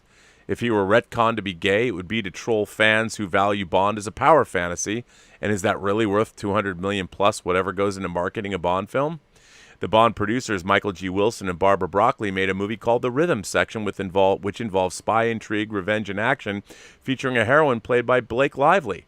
And had they chosen to make a standalone movie about Naomi Harris's version of Moneypenny on a field assignment, it just might have been good. There's no reason to gender swap a character to court the extreme left. Just utilize one that already works without compromising it. How much reinvention is necessary to keep an IP fresh? A lot of us would be fine with the variables of James Bond being limited to a new pun after each death. Very often it is a ritual people want to undergo and not necessarily story arc overreaching, like making sure all roads lead to Blofeld as the author of all Bond's pains. Although if that were not an afterthought and had been better set up, maybe it would have felt less clunky. I know that example is mild since there hasn't yet been a mass exodus of Bond fans from the brand. I guess we'll see how Phoebe Waller-Bridge tilts both Bond and Indy in the coming months. And meanwhile, I admit to have a disproportionate rooting interest in Ghostbusters Afterlife. I hope it makes a statement by just being good. Let the detractors try and throw shade on it, though. I don't believe in dismissing market feedback as toxic. They've had their food. We've had their poison. but at least in practical terms, we may have a decent new Ghostbusters take. If something is good, it's a sigh of relief, and the dissenters won't matter. I just saw 2 movies in a cinema to break the dry spell. I saw Old, and then yesterday The Suicide Squad. They were both pretty much what I'd hoped. If someone doesn't like them, it won't bother me. Anyway, live long and prosper. Another interesting letter, William La Rochelle. Thanks for writing in. You know, before I got on this chat today, I had retweeted the Critical Drinkers recent post about toxicity and archetypical heroes and things like that. And somebody wrote a predictably snarky response about, okay, let's go back to misogynistic characters and tokenism and people of color, that all of the normal talking points. And what's I find so funny is I don't care who the protagonist of a story is, as I was saying. I don't care if you're black, you're white, you're straight, you're gay, you're a woman, you're a man. I don't care. I'll watch any story with any kind of protagonist that's a good story. I think what's important is to realize that Joseph Campbell, when he was talking about myth and the hero's journey, anyone can be a hero. A girl, a boy, a man, a woman, somebody who's straight, gay, religious, not religious. I am not Catholic, but one of my favorite movies of all time is The Exorcist. Why? Because of the character of Damien Karras. I love the character of Damien Karras. I love his journey. I love that he loses his faith, and in confronting the devil, he learns to love God once again. He's able to save the soul of an innocent. I'm not Catholic, but as an intellectual connoisseur of stories, I will watch any story that's good, and I don't care who stars in it. Queen of Katwe was a good story. I love Amelie. It's one of my favorite movies of all time. Female protagonist. Good stories are good stories. And I think everyone's getting... I really don't understand why. If you go and look at all the cultures of the world have great stories. The hero's journey is not part of white, male, cis, hetero culture, whatever you want to call it. The hero's journey can be anybody. And throughout the world, there's all different kinds of stories. And also, you know what, when it comes to traditional gender roles, yes, for the majority of human experience, human civilization, we had traditional gender roles. Why? Because of biology. We had to perpetuate our species. So traditional gender roles are not something we imposed on anybody. They were imposed upon us by biology. You know, when we're all still running around Africa, newly coming out of the trees, and there were lots of people trying to kill us, men had to go out and be hunter-gatherers, and women would stay at home protected in caves raising the young. That's what had to happen. If they didn't, we would have all been eaten if we didn't have traditional gender roles. Now, are those things changing? Sure. You know, but I think people forget that, sometimes traditional gender roles, we do have to procreate. Are we trying to, do we want to have a civilization where those roles, men and women, are completely destroyed? What are we going to do when, I don't know. I think at the end of the day, look, great stories are great stories. The hero's journey can star anyone. The important thing is to tell great stories that make sense, that illuminate the characters, that whoever the star of the show is, I'll watch it. I love The Color Purple. The main character is Celie, played by Whoopi Goldberg. Should I not watch The Color Purple because I'm not a black woman who's persecuted and lives in that time? No. Great story, well told. With a lot of other great actors. A period of time I have no understanding of, but I can understand her plight and the way she triumphs and how she wins in the end.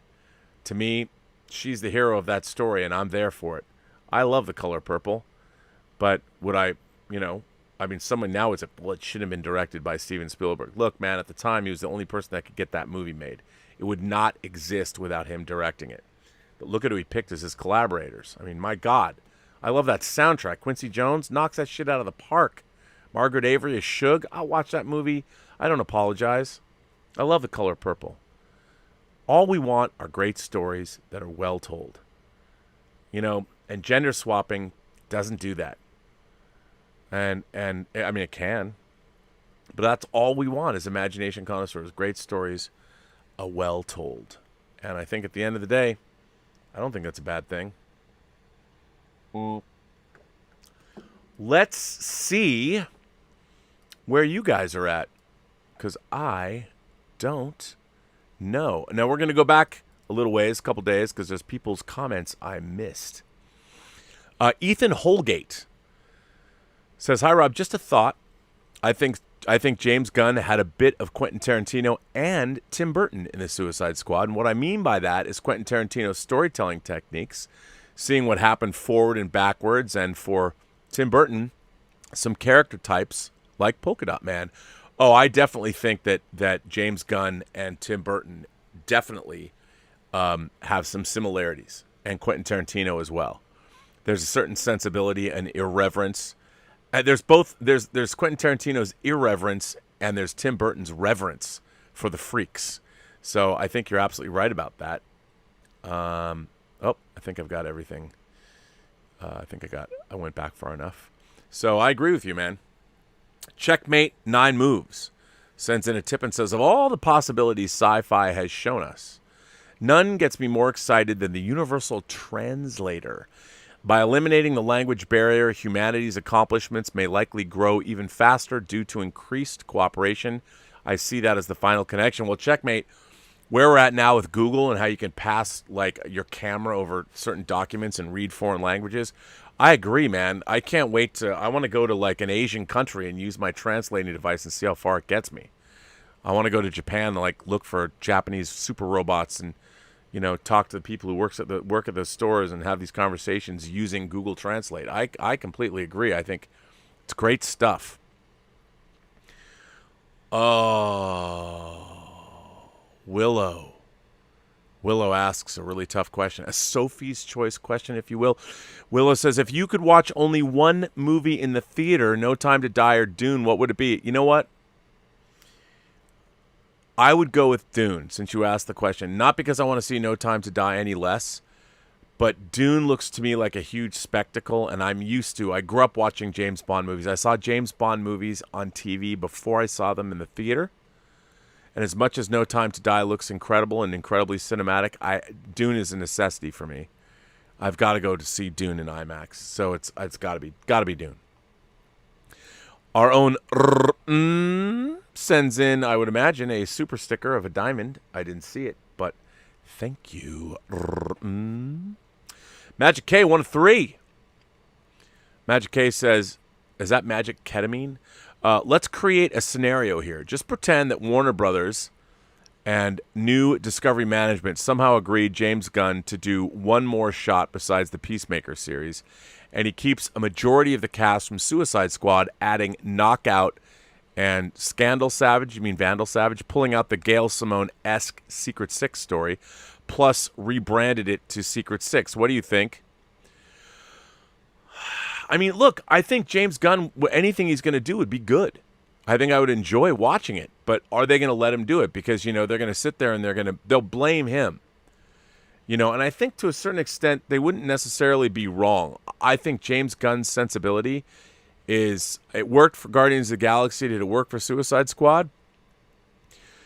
What's really funny is James Gunn went a little too far. I think there was more of his irreverent, violent, trauma nastiness and not enough of the heart that he brought to Guardians of the Galaxy. Remember, look at how Guardians of the Galaxy begins, the first one. A boy's mother dies. It's heartfelt, it's heart-wrenching, and you're with him. And I think that James Gunn's, his toy collector sensibility, the sensibility that I love about James Gunn, might have been a turnoff for some people. A little too weird, a little too violent. I think that the very things that I love about Suicide Squad might have turned off the general audience. I can't speak to that necessarily, but I think it could have. I don't know. Andy, LDN, writes in and says, by the way, thank you for that. Very nice super chat. Says, "I went to see The Suicide Squad. Fun movie. Enjoyed it, but it was the Bond trailer that surprised me, as it was all Daniel Craig and only seconds of Lashana Lynch. Blink and you'll miss her. Big change in the direction of the marketing. That's a very astute thing to say. I think you're right. I mean, I think they put out different kinds of trailers, and we all know that Lashana Lynch is playing the new 007, or at least a new 00. And I think they wanted to lean back into the fact that this is Daniel Craig's last film as Bond. Again, you know, I don't have a problem with female agents or female protagonists or anything like that. But what's happening is we're doing this at the expense of other characters. And that, I think, is wrong. It's also disingenuous. It's not good writing. Now, you want to write a strong female character? Great. Write somebody like Wai Lin in Tomorrow Never Dies. I love that character. You know? And I have no problem with Bond teaming up with Anya Masova, Triple X, his Russian counterpart. Great. All good. But don't do it at the expense of Bond himself. This is the 25th Bond movie. And again, I don't know. I think Lashana Lynch looks great as a 00 agent. As long as I'm not convinced that she's not great in it. I'm not necessarily convinced, but they were clearly marketing the film and making Bond look like second fiddle, like he was somebody that needed to be taken down a peg. I mean, you're talking about a James Bond movie. I think that's not great. Not great. So I think they tried to shy away from that. I think they realized that's a mistake. There's no reason why you can't add great players to the Bond franchise. Just make sure that you're not doing it at the expense of James Bond. And I think that's where we're really at. I mean, I've always said you can't trade one oppression for another. James Bond is what James Bond is. And, you know, I feel like, honestly, let's bring back eroticism to films. We're bleeding it out of movies. I mean, people still want to fuck. And you know what? Getting together with a partner who wants to be there and is an active participant, I think let's not remove that from the equation. I feel like, what are we doing? Neutering our culture? Are we pretending? Like, I think Bond and Lashana Lynch, she's hot. I hope Bond sees that and like, yeah, let's get busy. Or maybe Lashana Lynch is like, I've heard all about you. I want to see what you have to offer. Are you really a cunning linguist, James? Well, come over here and show me. I want to see some of that, man. You know, I don't want to see this. Who wants to live in an emasculated world? I don't. I want to see eroticism, and I want to see people fucking. And I want to see, if Lashana Lynch is the new 007, I want to see her take Bond to bed and rate his skills, man. That's what I want to see. I want to see her to be a man-eater. It's part of a job. She seduces people to get what she wants. It's part of the job, man. Red Sparrow, she'll do what she got, whatever she needs to do to win. Use your sexuality. You're an agent. Come on, if you have to murder indiscriminately, you do. That's what a 00 does. I want to see some of that going on. I'm tired of watching. You know, it's weird that we're watching movies that we're watching superhero films with these beautiful people. Like, my God, how much does Chris Hemsworth or Chris Evans work out? I want to see fucking Captain America fuck. I want to see his beautiful body. I want to see him with the beautiful woman. I want to see them rolling around in bed, watching these beautiful people writhing around and doing things that I can only dream of. Because that's awesome. But no. We have to bleed it out of there. I mean, are you kidding me? Are you telling me that Black Widow and people like, oh, Rob, Natasha and Steve Rogers, they just respect. Give me a break. They fucked. And they had a good time doing it, and they're probably really good in bed. I bet they could fuck for hours, and I think that's awesome. And there's nothing wrong with that, man. Sorry we missed that in Endgame and Infinity War, but what are you going to do? Catherine says, Rob, please update us on the short story competition. Well, Catherine, the short story competition is going to get reactivated. I mean, we're almost a year into this whole film festival business, and I need to end it. Once it's ended, once we bring back Whining About Movies, I'm probably going to relaunch the film festival competition when Tango Shalom opens in honor of that. I mean, relaunch the short story competition and make it quick. I mean, I know we've got some great entries already, and I want to do that. Plus, I want to publish a book by Christmas. That's what I really want to do. Nicholas Earl sends in a super chat and says, if Bond moves to 2022, then next year we'll have 4 MCU movies, 5 DC movies, Avatar 2, Mission Impossible 7, Fantastic Beasts 3, Morbius, Uncharted, and James Bond. That is one crazy year. You know what I hope we have less of, though? COVID. That more people are going to the movie theaters. Yeah. Brendan Sheehy. But that is a big year, Nicholas. A big year. But if you think about it, there's only 12 months in a year, so you got 4 MCU movies, 5. There's room. There's room. If COVID goes away, or if people get vaccinated, we're able to tamp down the pandemic, that's great. But if it keeps going the way it's going, it's not going to be a good thing. But we shall see. Brendan, our own Brendan G, says, Rob, I agree with you that No Time to Die is better off being pushed to 2022. The Bond franchise has had an impeccable record at the box office since 1962, and I would hate to see that record being sullied in 2021, especially with this being Craig's swan song. Yeah, and as I read in this article, the fact that it could crash and burn so hard is not good. And then Brandon goes on to say, Rob, I recently watched John Krasinski's directorial debut, Brief Interviews with Hideous Men, based on the short stories by David Foster Wallace. It was ignored upon its release in 2009, but I dug it. Reminded me a bit of Woody Allen's Husbands and Wives. You know what? I totally forgot about that, and I want to see it because I've read lots of David Foster Wallace's material, and I want to read that. Jeremiah, our man Jeremiah says, Suicide Squad was too weird, too expensive, too much subpar CGI. Gore, yes, no. R-rated films should never cost more than $80 million. Catch me streaming tonight. By the way, I think I'm going to do a midnighter tomorrow night, by the way, to talk about a lot of these things. So Brendan's kind of taken on he's doing, Jeremiah is taking over on Midnight Metal. So he's doing his own thing. Go over to his channel and check it out. But yeah, no, I think Suicide Squad costs too much money. And, I don't know if R-rated movies should not cost more than $80 million.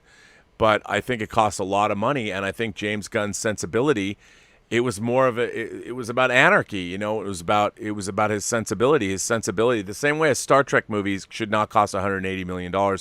Maybe this shouldn't have either. This movie did not have the heart, even though there was heart in it, did not have the heart of Guardians of the Galaxy. It was not made for family audiences, and maybe that was the problem. We shall see. NJR 1984 says, I worked with Joel Zwick on a play a few years ago. Joel Zwick, the director of My Big Fat Greek Wedding, was my fellow producer on Tango Shalom. I worked with Joel Zwick on a play a few years ago. I grew up seeing his name on every sitcom when I was a kid. He was a good experience. Would you ever direct a stage play, or is that not for you? Oh, no. I mean, when I was a kid, I was in musicals, and I did some theater. I like plays. I don't know how good I would be at it because I tend to think in terms of cinema, but I would definitely, if I was given the opportunity to direct a stage play, I would totally direct a stage play. Yeah, absolutely. That's something I would do. Nick Parrish, our man Nick Parrish, 1 of 5. So, Rob, I need to let out some frustration on movie theater executives, in particular AMC's Adam Aron. So on yesterday's earnings call, Adam Aron said that they had instituted another 50-cent price hike on movie tickets. Oh, and they're taking Bitcoin. Now, Rob, I respect people who have had enough success in their careers to become a CEO, but this suicide mission cinema CEOs are on by always ignoring supply and demand rules and hiking prices no matter what is a Fred and Barney business strategy. Rob, I know labor costs are rising, but this clown act has been going on for a while, and the market has been saying, stop. I'm not saying ticket prices need to be at unrealistically low prices, but theaters need a price point that fits them and consumers. We know that lower prices work just from the spikes you see in ticket sales anytime Discount Tuesday comes around. It's the highest grossing weekday every week by a large margin. That also brings in more concession revenues, yet chains ignore this. I've been positive on the cinema comeback post-pandemic, and I said last year COVID wouldn't kill theaters. Now, however, theaters are doing a good job of killing themselves. I love the movies, Rob, so it hurts to say I now officially give up on cinemas. Well, Nick, don't give up yet. I mean, taking Bitcoin, they're trying to be innovate, I guess. But yeah, jerking prices up, probably not the way to go. I mean, if anything, drop them by $1. I mean, get people in the theaters, do something, do anything. But you're right. I mean, look, the theaters took a huge hit, and they've got to figure out a way to make that up. I don't know exactly how they can do that, but they've got to be innovative, and they've got to try doing something. But I don't think jerking the prices up now is helpful. If anything, instead of jerking them up 50 cents, drop them 50 cents and encourage people to come to the cinemas and buy concessions and that kind of thing. So, yeah. I don't know, man. Don't give up on cinemas just yet. See Dune in IMAX. Richard says, the spore drive in Star Trek Discovery and the mycelial network universe might have worked if the USS Discovery was a 23rd century stowaway on a future subspace that ironically caused the Klingon War, like a cross between the temporal Cold War and yesterday's Enterprise, doing the former well. Yeah, I agree. In yesterday's Enterprise, they showed a Klingon conflict that was done far better than anything in Discovery. Look, I agree. I just think it's too much of an ask. The mycelial network, and that's how you can go any part in the universe. Even the thinking of that, we can go anywhere in the universe. Not really. You're talking about the galaxy. If you want to go anywhere in the universe, why not go to another galaxy? Go to Andromeda. Go find if you can go anywhere in the universe, go find the aliens from by any other name. Rojan and his people, the Kelvins. What happened to them? Go find them. See what's up. But yeah, I agree. Douglas Baird says, thanks for all your shows. Keep up the great work, Rob. Well, Douglas, it's very nice of you. Video Hunter D sends in a super chat. Would you do it with Zira from Planet of the Apes? I'd fuck Zira. I would. You know why? Who's going to know? The rest of humanity's mute. My fellow astronauts are dead or brain dead or whatever. No one's going to know. And if Zero wanted to get down, I kind of would be interested to see how does their say. It might be harder for me, might be a little difficult to go down on her, or, it might be hard to keep it up. I don't know. But I'd definitely try and go there. It'd be interesting. But nobody would know. See, I could get away with it because nobody would know. I mean, maybe the other apes would know, but they wanted to kill me anyway, so what do I care? But it would be interesting. I'd be curious to see her what is a simian's sexuality. Because I think that's the most fun part, is when you're with somebody, you're with a partner, it's not just doing something to them. It's what they like to do to you. And, everybody has their own sexuality, and that's the fun part of finding out what turns your partner on and what are they going to do to you? What is the things that they came up with? So I'd be curious. What would the evolved apes do? So you're asking me the question? Yeah, I'd fuck Zero. Maybe I should get a t-shirt made. Claudius, our man Claudius, 1 of 4. First of all, did I just see did I miss another diamond super sticker she sent me? Thanks. So yeah, I think I'd go there. Claudius, slow to 1/2 impulse power. Let's be friends. Burnett, remember to roll your R's. Burnett, my old friend. Do you know of the Klingon proverb that tells us revenge is a dish best served cold? It is very cold in space. Where's the rest? You still remember me, Burnett. You still remember your first couple. You remember my lovely wife. I cannot help but be touched. I, of course, remember you. I also remember Skyfall, Rob. This is the end. Hold your breath and count to 10.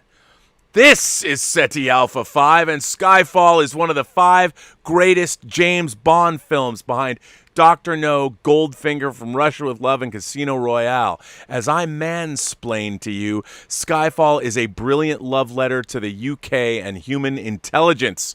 Remember this, Burnett. Commander James Bond is a senior operative and former intelligence officer, not an agent.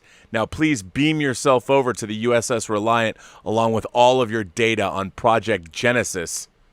And have a nice day. That coming from Claudius. By the way, you got to go watch Whining About Movies with Claudius when we discuss Skyfall. It's a great, good to see you, man. I hope all is well. We've still got to do a show, dude. Come on, let's do a show.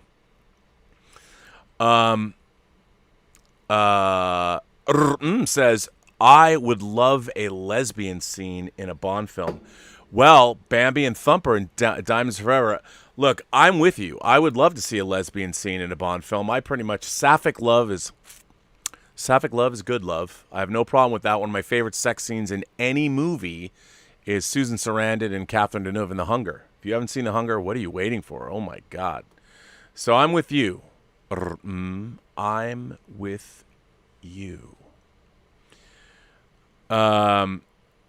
Alexander Wilson says Michael Franzese, is it Zizi? Franzese?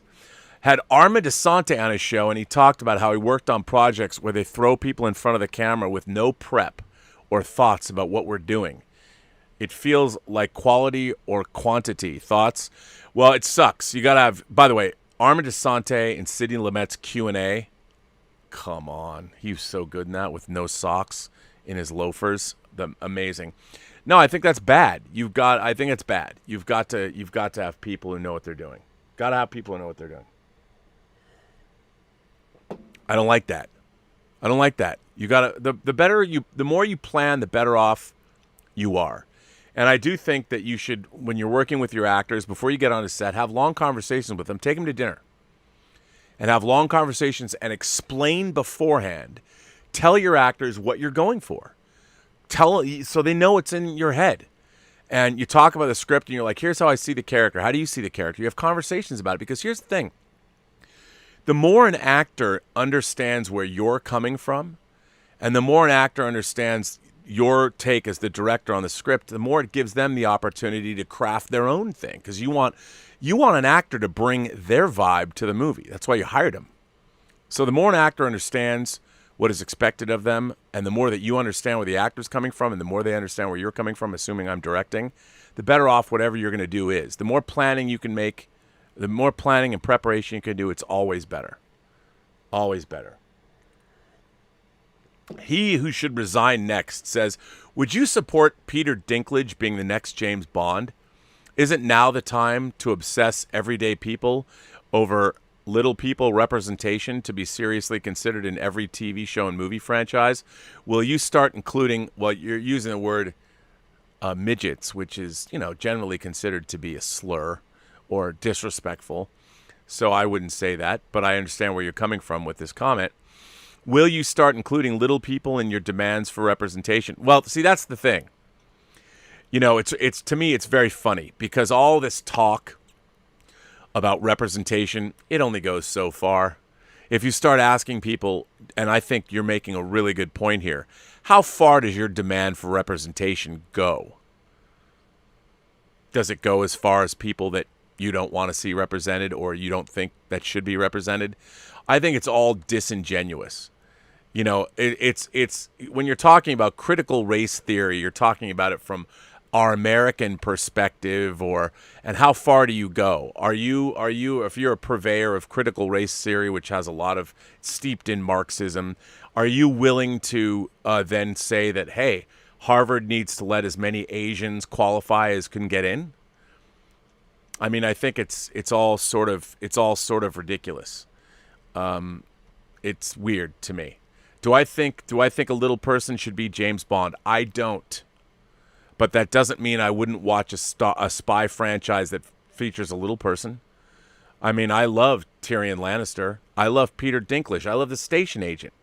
If you could tell me, it'd be really interesting to see a movie about a little person spy. Maybe there was one. I don't know. But in real life, because you could use the fact, a little person could use the fact that a lot of people don't want to see them, and he could get in, or she could get into a lot of places people normally couldn't get into. I would definitely watch. I would definitely watch that. Now I want to know: has there ever been a famous little person spy who utilized the fact that they were people that not everyone saw, and they could get into places others couldn't? I'd be curious to see if that's true. Eric Gant goes on to say, interested in your thoughts as an insider. What if studios required streamers to partner with theaters? Limit streaming views to those holding a unique time-sensitive, one-time-only digital ticket purchased online at a premium price from a theater. Not a bad idea, but the problem is theaters are middlemen. Ultimately, I mean, obviously right now, theatrical runs are the way to go. But ultimately, I think we're in the middle of a sea change, and eventually studios, if you could get people to pay premium prices on streaming platforms and they didn't have theaters, and they knew, like if Disney, look, if you want to see this movie, Black Widow, for the first 3 months it's available, you got to pay a premium price. I mean, eventually they might get to the point where they're going to make $500 million to $1 billion once people are used to it, and movie theaters will go away. I don't know. Because I think the studios really don't want that. They want to sell direct to the consumer, and movie theaters are middlemen. Why share the revenue? And we'll just see the business will eventually change. I mean, I hate to say it because I like big theaters, but that's a good question. Alexander Wilson goes on to say, Armin Asante also said that he doesn't think the movie theaters will ever be anywhere they once were. He said what Barry Diller said was right, and that streaming has such a strong hold now that they can dictate what gets made. Unfortunately, I see that as the future. Everyone talks about how, movie theaters are always the people are always going to want those communal experiences. Look, there's nothing better. I want to see Dune in a giant IMAX screen to feel it. That's what movies are mixed for. I want to feel that. I want to feel what it's like to see a giant experiential film like Dune on the big screen. But I think most people don't care. I think they don't. Let them watch the story. Let them be entertained. As much as I don't want to believe that's true, I think it probably is true, which is monumentally depressing. But I think that's just the way it is. I think Armin Asante is probably right. I don't want that to be the case, but I think they probably are right. Stub McShave says the Lord of the Rings series production cost looks to be $470 million for the first season. It may be bad, but let's assume it turns out to be good. 8 episodes would be the equivalent of 4 movies in length. Do you think a great season would have the same impact as 4 movies in getting new subs? That's a really good question, Stubble. It depends how good it is. I mean, if it delivers the goods and it gets people as involved in the Lord of the Rings, if the Lord of the Rings series is as involving as the Lord of the Rings movies were, I think, yeah. Depends on how many subs they get. Is it going to get... Thing is, it's Amazon. And Amazon is not so much about subscriptions, because Amazon, remember, when you sign up for Prime, you get access to Amazon Video. So what they want is, it's a loss leader for you to come in and shop. That's really what it is. I mean, it's not really about subscriptions.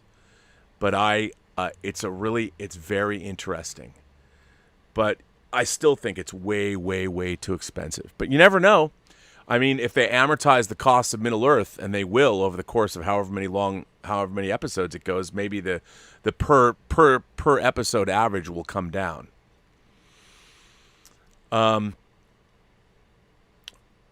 Richard says, I know that's a pretty nerdy thing about Discovery, but I find it difficult to write off the creatives behind the shows as money launderers, and I want to take their concepts and make them just a bit better. Well, Richard, I think the problem is that you can see that there's a lot of turmoil behind the scenes, and ultimately it was a show that was usurped from its original creator, Brian Fuller. And people say, well, Brian, he was spending a lot of money up front. Yeah, as all Star Trek shows do. How much money have they wasted on that show? Changing showrunners. Look, I think Brian Fuller, let's just assume I might have read 150 pages of his original outlines for what he was going to do for the first season? Maybe. Maybe I might have read the original 2 pilot scripts, The Battle of the Binary Stars and The Vulcan Hello. Maybe I would have read those too. Maybe I would know that those were just better written. And maybe. I can't say one way or another. I just think if they had gone with the original conception of the show, it would have been a better show. I am not saying it would be without its problems, but I think it would be better. Terrier says, after a few bottles of grape juice plus, reference there, grape juice plus, I would go Simeon, I'm afraid. Zira's a scientist. I got to love that brain. Well, Terrier, thanks for coming in and jumping in with me and saying you would do Zira too. Yeah, you know what? I want to have a new shirt, Post-Geek Singularity. Yeah, I'd fuck Zira. I don't know if we could make that, but yeah, I would. I think, and let's add to that. Instead of fuck, put on a shirt and figure out a way. Yeah, I'd do Zira. Zira's a scientist. Gotta love that brain. You know what? That's the shirt. I love that. I think that's great. Let's think about that. Alexander Wilson goes on and talks about Armin Asante. Asante also said that because of economics, that they have thrown the creative process out the window. I totally agree with that.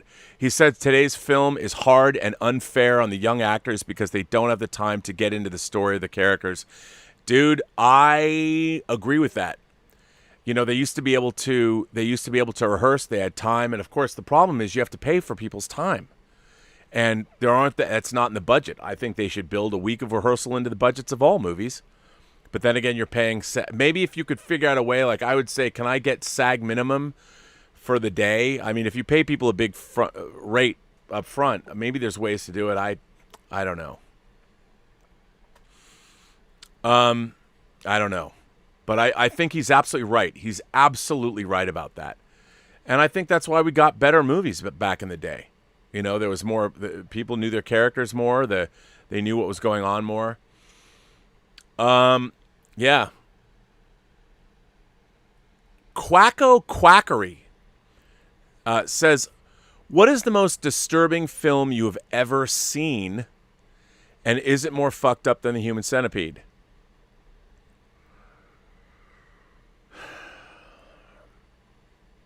Good question.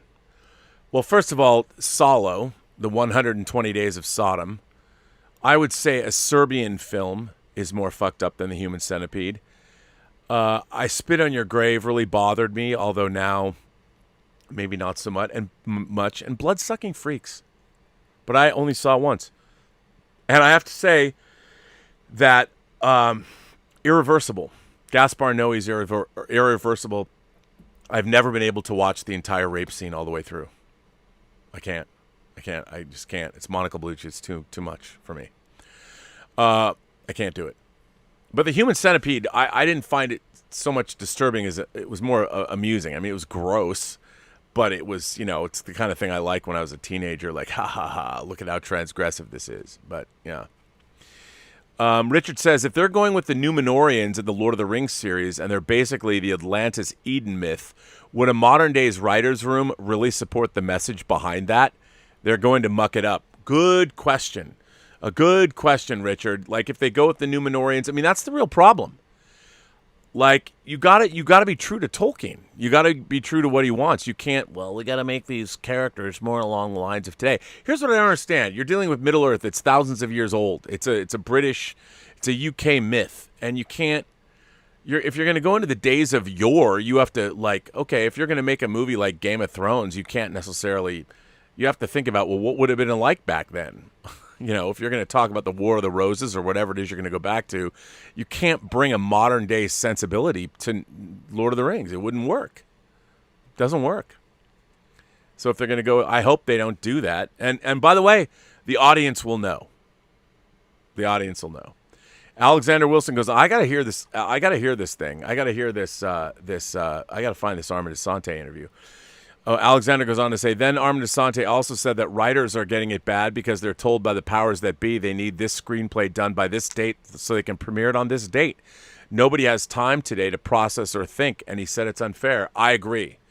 I mean, look, when you start working on a TV show, and this has always been the case, you never have enough time. You run out of time very, very quickly because you're on a schedule.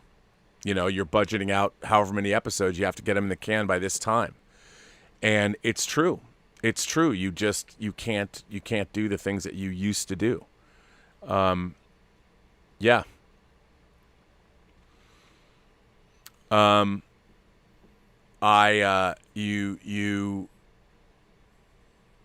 I mean, but then again, that's also part of the business. It's part of the business, and things have changed, but sometimes there's no real way around that, and I don't know how you get around, how you budget that stuff, because money is also tight always. So, God, I got to go watch this interview now, Alexander. Thanks for bringing this to my attention. I'm going to go check it out. Some old guy in Hollywood says, I wrote a Trek short story a long while ago, and the first line was, "The Vulcan smiled." Great first line.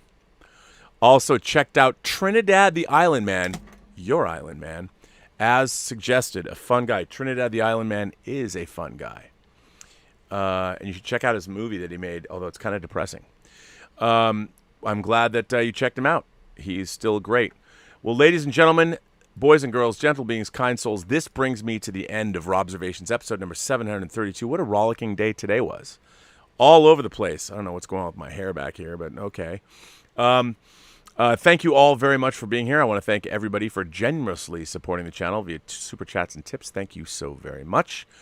I want to say thanks for writing letters. You can write me letters free of charge. I have a big backlog of them, but you can write them to me at theburnettwork.net. If I haven't gotten to your letter yet, it's only because I'm very behind now. Go to the website and you can send them, and I'll read them on the show. And on that note, I want to thank my moderating staff. The Blue Wrenches do such a good job. Joshua Levesque, Justin Toner is here. Is here. I know that Brendan Seeley is here. Louise X Sparrow is here. And I don't know who else is here, but I want to thank all my... If I missed you, I just don't see you. But there you go. I'm looking at Buddy Hepper in the chat. Says, I'm a loosey-goosey. I am a loosey-goosey, I guess. That's what keeps me going. But I want to thank all of you for being here. And now remember, every person you meet has a story to tell that you have yet to hear. And all you have to do is listen. And with that, I would say to all of you, have a better day.